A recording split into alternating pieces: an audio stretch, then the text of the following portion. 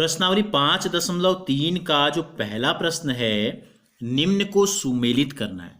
यहाँ हमको कोणों के नाम दिए गए हैं और यहाँ हमको दिया गया है घूर्णन, जो कि हमने इससे पहले वाली प्रश्नावली 5.2 में अच्छे से आपको बताया था कि घूर्णन का मतलब क्या होता है। भाग दिए गए हैं। अब यहाँ कुछ कोण आपको दिए गए हैं। इन कोणों के बारे में पहले यहीं पर संक्षिप्त में आपको बता देता हूँ। देखो ऋजु कोण क्या होता है, पहले हम आते हैं समकोण पे। ठीक है, समकोण से शुरू करते हैं। तो समकोण कहते हैं 90 अंश का जो कोण होता है ये कहलाता है समकोण। ठीक हो गया।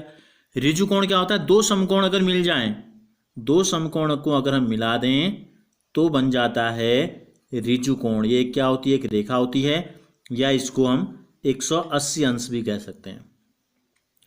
न्यून कोण क्या होता है, न्यून कोण होता है ऐसा कोण जो जीरो, या हम इसको थीटा अगर नाम ले लें, अगर थीटा अगर नाम ले लें तो ये क्या होता है, देखो ये होता है छोटा, किससे, 90 से।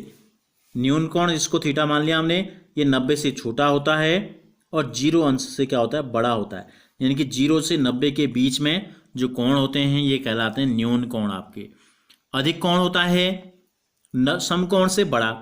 अधिक कोण क्या होता है, समकोण से बड़ा। थीटा अगर हमने नाम लिया, ये बड़ा होता है किससे, 90 से, समकोण से, और छोटा होता है ऋजु कोण से, 180। यह कहलाता है अधिक कोण।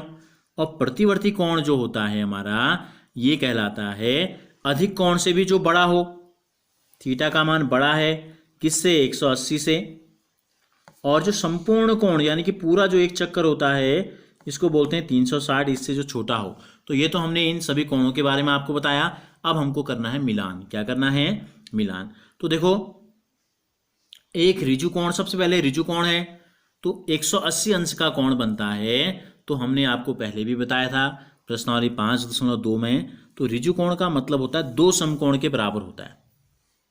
और एक समकोण को हम बोलते हैं 1/4 घूर्णन। तो दो समकोण कितने हो जाएंगे, 2/4। 2/4 को हम सरल करेंगे तो आ जाता है 1/2 घूर्णन। तो इसका मतलब ऋजु कोण जो है इसको मिलान कर देंगे किससे, पहले का आंसर हो गया सी, आधा घूर्णन। समकोण कितना होता है, दो दिशाओं के बीच में हमने आपको बताया था क्या बनता है, एक समकोण बनता है। तो ये हो गया आपका 1/4 घूर्णन। न्यून कोण क्या है, 90 से छोटा है, 90 से छोटा और 0 से बड़ा। कहीं पर है ऐसा नहीं है। 1/4 घूर्णन और 1/2 घूर्णन के बीच में 1/4 क्या होता है, 1/4 घूर्णन दो बार दिया है, 1/4 और 1/4 एक बार चेक कर लेते हैं। अच्छा, तो इसमें लिखा था 1/4 घूर्णन से कम। अब हम इसको समकोण दिखा चुके हैं तो हम यहाँ लिख देते हैं 1/4 घूर्णन से कम। ठीक है, इसको में लिख देते हैं, बात एक ही है। तो 1/4 घूर्णन से कम यानी कि 1/4 क्या कहते हैं, 90। तो हमने कहा न्यून कोण क्या होते हैं, जो 90 से छोटे होते हैं, समकोण से छोटे होते हैं। तो न्यून कोण का जो मान हो जाएगा इसको हम बोलेंगे 1/4 घूर्णन से कम। अधिक कोण 90 को हमने क्या बोला, देखो 1/4 घूर्णन। 180 को हमने क्या बोला, 1/2 घूर्णन। तो इन दोनों के जो बीच में है, 1/4 और 1/2 घूर्णन के जो बीच में है, ये हो जाएगा आपका अधिक कोण। ठीक हो गया, क्योंकि देखो 90 को 1/4 कहा, 180 को हमने कहा 1/2, और इन दोनों के बीच में है तो ये हो गया। अब बचा क्या, प्रतिवर्ती कोण हमारा बच गया। ये 180 यानी कि दो समकोण यानी कि 1/2 घूर्णन से बड़ा है। एक पूरा या संपूर्ण घूर्णन ये तो है नहीं, क्या बच गया आपका, 1/2 घूर्णन से अधिक। देखो 180 से बड़ा है कहा हमने, तो इसको लिख देंगे, पांचवें का जो उत्तर हो गया ये हो गया बी।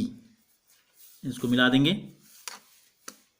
तो इस प्रकार से क्या कर दिया, ये आपके हो गए सुमेलित हो गए। घूर्णन में किस कोण को किस प्रकार से लिखते हैं और कोणों के मान के आधार पे किस कोण का मान कितना होता है, ये दोनों चीजें आपने सीख ली।